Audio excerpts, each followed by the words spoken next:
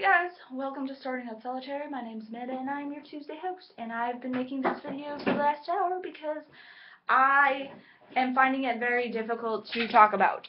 Okay, not in the sense that it's awkward, but anyways, for everybody who this concerns, if you have small children and you don't want them to learn about this topic, either dismiss them or watch this video later when they're sleeping or whatever, or if you don't want to watch it yourself because it's just not something you're comfortable with, go find a different video. It's awesome. It's cool. Do whatever you feel you need to do.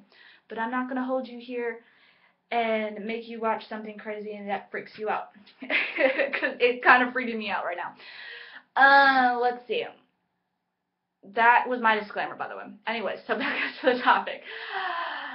Okay, big breath. I can do this. Anyways. So, this topic, I don't know much about. I'm gonna straight up and be honest with you guys. I really didn't know about it until about like 3 weeks ago when Tara was like, hey, this is the topic in 3 weeks. How do you feel about it? And I'm like, oh, that's magic? I didn't know that.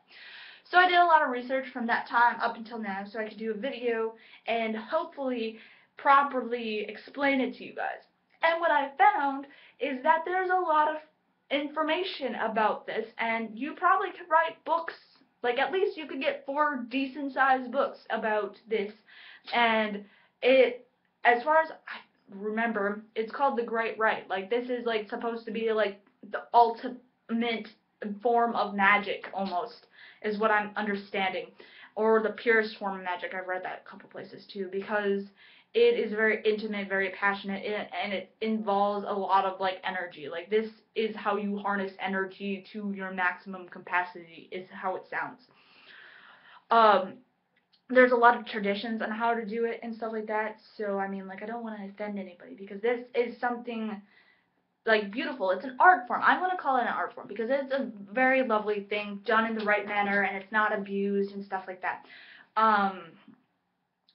I mean, this sort of magic can create life. Like, it does create life. I got 2 kids to prove that it creates life. Not that I've used sex magic to create my kids and be like, that was my petition or whatever. But I mean, this is an art form, and when I grew up, it was something that was very sacred. This is very sacred to almost any culture, I would assume.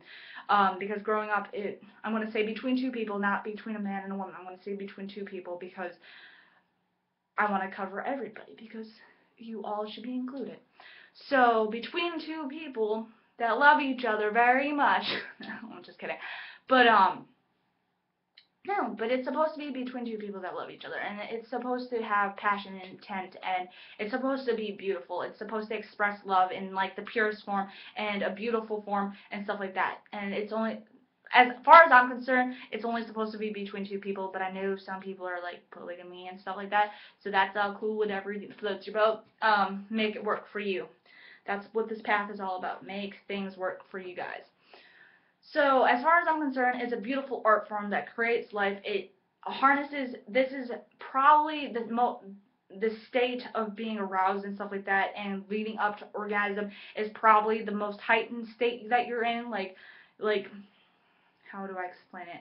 Like, you're not, like, you're, like, kind of floating in between the realms and stuff like that, and then you can pass on your intent with all your chemicals and stuff. I don't actually know how to explain it decently for you guys to understand, so I'm just going to kind of hurry on through.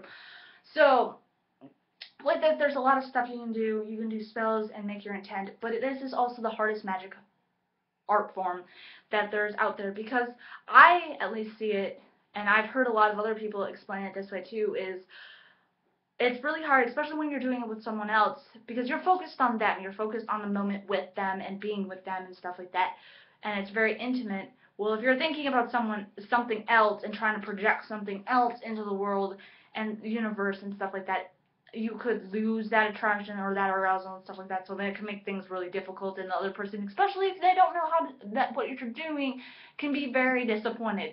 So, disclaimer right there. So with it, I mean, it could be very difficult, and it'd probably take a lot of practice, and even I'd probably say don't just jump into it. Like, I would literally plan, like, this one would be like one of those big rituals that you would plan out.